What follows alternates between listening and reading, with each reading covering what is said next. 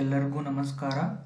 SATSನಲ್ಲಿ ನಿಮ್ಮ ಶಾಲೆಯ ವಿದ್ಯಾರ್ಥಿಗಳನ್ನು ಅಡ್ಮಿಷನ್ ಮಾಡಿಕೊಳ್ಳುವುದು ಹೇಗೆ ಎಂಬುದರ ಬಗ್ಗೆ ಈ ಒಂದು ವಿಡಿಯೋದಲ್ಲಿ ತಿಳಿಸ್ಕೊಡ್ತಾ ಇದ್ದೀನಿ.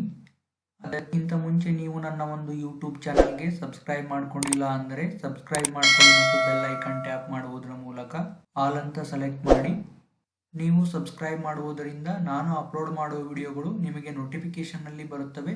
ಆ ವಿಡಿಯೋಗಳನ್ನು ನೀವು ತಕ್ಷಣಕ್ಕೆ ನೋಡಬಹುದು. SATSನಲ್ಲಿ ನೀವು ಅಡ್ಮಿಷನ್ ಮಾಡ್ಕೊಳ್ಬೇಕು ಎಂದರೆ ಮೊದಲು ಡಿಟೈನ್ ಮಾಡಿಕೊಳ್ಬೇಕು, ನಂತರ ಅಡ್ಮಿಷನ್ ಮಾಡ್ಕೊಳ್ಬೇಕು. ನಾವಿವಾಗ ಡಿಟೈನ್ ಮಾಡುವುದು ಹೇಗೆ ಎಂದು ನೋಡೋಣ. ಈ ಒಂದು ಡಿಟೈನ್ ಆಕ್ಟಿವಿಟಿ SATSನಲ್ಲಿ ಯಾವ ರೀತಿಯಾಗಿ ವರ್ಕ್ ಮಾಡುತ್ತಂದ್ರೆ, ಫಾರ್ ಎಕ್ಸಾಂಪಲ್, ಹಿಂದಿನ ವರ್ಷದಲ್ಲಿ ಓದುತ್ತಿರುವ ತರಗತಿಯ ಮಗುವನ್ನು ಪ್ರಸ್ತುತ ವರ್ಷವೂ ಮತ್ತದೇ ತರಗತಿಯಲ್ಲಿಯೇ ಮುಂದುವರಿಸಲು SATSನಲ್ಲಿ ಡಿಟೈನ್ ಆಪ್ಷನ್ ಅನ್ನು ಬಳಕೆ ಮಾಡಲಾಗುತ್ತದೆ. ಅಂದರೆ 2020-21ನೇ ಸಾಲಿನಲ್ಲಿ 9ನೇ ತರಗತಿಯಲ್ಲಿ ಓದುತ್ತಿದ್ದ ಮಗುವನ್ನು 2021-22ನೇ ಸಾಲಿಗೆ ಮತ್ತದೇ 9ನೇ ತರಗತಿಯಲ್ಲಿ ಮುಂದುವರಿಸಲು ಡಿಟೈನ್ ಆಪ್ಷನ್ ಬಳಕೆ ಮಾಡಲಾಗುತ್ತದೆ. ಈ ಒಂದು ಡಿಟೈನ್ ಆಪ್ಷನ್ ಅನ್ನು 1ರಿಂದ 8ನೇ ತರಗತಿಯ ಮಕ್ಕಳಿಗೆ ಬಳಕೆ ಮಾಡಲು ಬರುವುದಿಲ್ಲ. ಯಾಕಂದರೆ ಸರ್ಕಾರವು ಸೂಚಿಸಿರುವಂತೆ 1ರಿಂದ 8ನೇ ತರಗತಿಯಲ್ಲಿ ಓದುವ ಮಕ್ಕಳನ್ನು ಫೇಲ್ ಮಾಡುವಂತಿಲ್ಲ. ಆದ ಕಾರಣ 9ನೇ ತರಗತಿಯ ಮಕ್ಕಳಿಗೆ ಈ ಒಂದು ಆಪ್ಷನ್ ಅನ್ನ ಬಳಕೆ ಮಾಡ್ಕೊಳ್ಬಹುದು. ಬನ್ನಿ ಹಾಗಾದ್ರೆ ನಾವು ನೋಡೋಣ SATSನಲ್ಲಿ ಡಿಟೈನ್ ಮಾಡುವುದು ಹೇಗೆ ಎಂದು. ನಿಮ್ಮ ಶಾಲೆಯ ಯೂಸರ್ ನೇಮ್ ಮತ್ತು ಪಾಸ್ವರ್ಡ್ ಅನ್ನ ಎಂಟ್ರಿ ಮಾಡುವುದರ ಮೂಲಕ ಲಾಗಿನ್ ಮಾಡಿ. ನಿಮಗೆ ನಿಮ್ಮ ಶಾಲೆಯ ಒಂದು ಹೋಮ್ ಪೇಜ್ ಡಿಸ್ಪ್ಲೇ ಆಗುತ್ತೆ. ನೀವು ಡಿಟೈನ್ ಮಾಡಲು ಸ್ಟೂಡೆಂಟ್ ಮ್ಯಾನೇಜ್ಮೆಂಟ್ 1 to 10 ಮೆನುಗೆ ಹೋಗಬೇಕು. ಅದರಲ್ಲಿರುವಂತಹ ಪ್ರಮೋಷನ್ ಡೀಟೇಲ್ಸ್ ಮೆನು ಮೇಲೆ ಕ್ಲಿಕ್ ಮಾಡಿ. ನಂತರ ಅದರಲ್ಲಿ ಬರುವಂತಹ ಡಿಟೈನ್ ಸ್ಟೂಡೆಂಟ್ ಮೆನು ಮೇಲೆ ಕ್ಲಿಕ್ ಮಾಡಬೇಕು. ಆವಾಗ ನಿಮಗೆ ಸರ್ಚ್ ಸ್ಟೂಡೆಂಟ್ ಫಾರ್ ಡಿಟೈನ್ ಅನ್ನೋ ಒಂದು ವಿಂಡೋ ಡಿಸ್ಪ್ಲೇ ಆಗುತ್ತೆ. ಇದರಲ್ಲಿ ಅಕಾಡೆಮಿಕ್ ಇಯರ್ ಬೈ ಡಿಫಾಲ್ಟ್ ಆಗಿ ಹಿಂದಿನ ವರ್ಷ ಸೆಲೆಕ್ಟ್ ಆಗಿರುತ್ತೆ. ಅದೇ ರೀತಿ ಮೀಡಿಯಂ ಬೈ ಡಿಫಾಲ್ಟ್ ಆಗಿ ನಿಮ್ಮ ಶಾಲೆಯ ಮಾಧ್ಯಮ ಯಾವುದು ಇರುತ್ತೋ ಅದು ಸೆಲೆಕ್ಟ್ ಆಗಿರುತ್ತೆ. ಸಪೋಸ್ ನಿಮ್ಮ ಶಾಲೆಯಲ್ಲಿ ಮಲ್ಟಿಪಲ್ ಮೀಡಿಯಂ ಇದ್ರೆ ನೀವು ಇಲ್ಲಿ ಸೆಲೆಕ್ಟ್ ಮಾಡ್ಕೊಳ್ಬಹುದು. ನಂತರ ನೀವು ತರಗತಿಯನ್ನ ಸೆಲೆಕ್ಟ್ ಮಾಡ್ಕೊಳ್ಬೇಕು. ತರಗತಿಯನ್ನು ಸೆಲೆಕ್ಟ್ ಮಾಡಿಕೊಂಡು ಸರ್ಚ್ ಬಟನ್ ಮೇಲೆ ಕ್ಲಿಕ್ ಮಾಡಿ. ನಿಮಗೆ list of student for detain ಅಂತ ಒಂದು ಟೇಬಲ್ ಡಿಸ್ಪ್ಲೇ ಆಗುತ್ತೆ.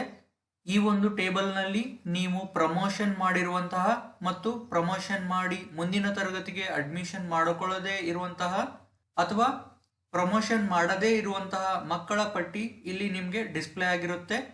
ಈ ಒಂದು ಮಕ್ಕಳ ಪಟ್ಟಿಯಲ್ಲಿ ಯಾವ ಮಗುವನ್ನು ನೀವು ಮತ್ತದೇ ತರಗತಿಗೆ ಮುಂದುವರಿಸುತ್ತೀರೋ ಆ ಮಗುವಿನ ಮುಂದಿರುವಂತಹ ಆಕ್ಷನ್ ಕಾಲಂನಲ್ಲಿರುವಂತಹ ಚೆಕ್ ಬಾಕ್ಸ್ ನಲ್ಲಿ ಟಿಕ್ ಮಾರ್ಕ್ ಮಾಡಿ. ನಂತರ ಸಬ್ಮಿಟ್ ಬಟನ್ ಮೇಲೆ ಕ್ಲಿಕ್ ಮಾಡಿ. ನಿಮಗೆ do you want to detain students ಅನ್ನೋ ಒಂದು ಪಾಪ್ಅಪ್ ಮೆಸೇಜ್ ಡಿಸ್ಪ್ಲೇ ಆಗುತ್ತೆ. ಅವಾಗ ಓಕೆ ಅಂತ ಕ್ಲಿಕ್ ಮಾಡಿ. ನಂತರ ಸ್ಟೂಡೆಂಟ್ಸ್ ಡಿಟೈನ್ಡ್ ಸಕ್ಸಸ್ಫುಲಿ ಅಂತ ನಿಮಗೆ ಈ ರೀತಿಯಾದಂತಹ ಒಂದು ಗ್ರೀನ್ ಕಲರ್ ಮೆಸೇಜ್ ಬರುತ್ತೆ. ಹಾಗೆ ಮತ್ತದೇ ತರಗತಿಯನ್ನ ಸೆಲೆಕ್ಟ್ ಮಾಡಿಕೊಂಡು ನೀವು ಸರ್ಚ್ ಮಾಡಿದ್ರೆ ನೀವು ಯಾವ ಮಕ್ಕಳನ್ನ ಡಿಟೈನ್ ಮಾಡಿದಿರಿ ಆ ಒಂದು ಮಗುವಿನ ಮುಂದೆ ಆಕ್ಷನ್ ಕಾಲಂನಲ್ಲಿ ಡಿಟೈನ್ ಅಂತ ಬಂದಿರುತ್ತದೆ. ಇದೇ ರೀತಿ ಯಾವ ಮಕ್ಕಳನ್ನ ಡಿಟೈನ್ ಮಾಡಬೇಕು ಆ ಮಕ್ಕಳ ಮುಂದಿರುವಂತಹ ಚೆಕ್ ಬಾಕ್ಸ್ ಅನ್ನ ಟಿಕ್ ಮಾಡುವುದರ ಮೂಲಕ ಸಬ್ಮಿಟ್ ಮೇಲೆ ಕ್ಲಿಕ್ ಮಾಡುವುದರ ಮೂಲಕ ನೀವು ಡಿಟೈನ್ ಮಾಡ್ಕೊಳ್ಬಹುದು. ಡಿಟೈನ್ ಮಾಡಿರುವ ಮಕ್ಕಳನ್ನು ಅಡ್ಮಿಷನ್ ಮಾಡ್ಕೊಳ್ಬೇಕು. ಅಡ್ಮಿಷನ್ ಮಾಡಿಕೊಂಡರೆ ಮಾತ್ರ ಪ್ರಸ್ತುತ ಶೈಕ್ಷಣಿಕ ವರ್ಷದ ಮಕ್ಕಳ ಪಟ್ಟಿಯಲ್ಲಿ ತೋರಿಸುತ್ತದೆ. ಹಾಗಾಗಿ ನಾವಿವಾಗ ಡಿಟೈನ್ ಮಾಡಿರುವ ಮಕ್ಕಳನ್ನು ಅಡ್ಮಿಷನ್ ಮಾಡಿಕೊಳ್ಳುವುದು ಹೇಗೆ ಎಂದು ನೋಡೋಣ. ಡಿಟೈನ್ ಮಾಡಿರುವ ಮಕ್ಕಳನ್ನು ಅಡ್ಮಿಷನ್ ಮಾಡಲು ಸ್ಟೂಡೆಂಟ್ ಮ್ಯಾನೇಜ್ಮೆಂಟ್ ಕ್ಲಾಸ್ 1 to 10 ಮೆನುಗೆ ಹೋಗಿ ಅದರಲ್ಲಿರುವಂತಹ ಅಡ್ಮಿಷನ್ ಡೀಟೇಲ್ಸ್ ಮೆನು ಮೇಲೆ ಕ್ಲಿಕ್ ಮಾಡಿ. ನಂತರ ಅದರಲ್ಲಿ ಬರುವಂತಹ admission for failed or detain students menu ಮೇಲೆ ಕ್ಲಿಕ್ ಮಾಡಿ.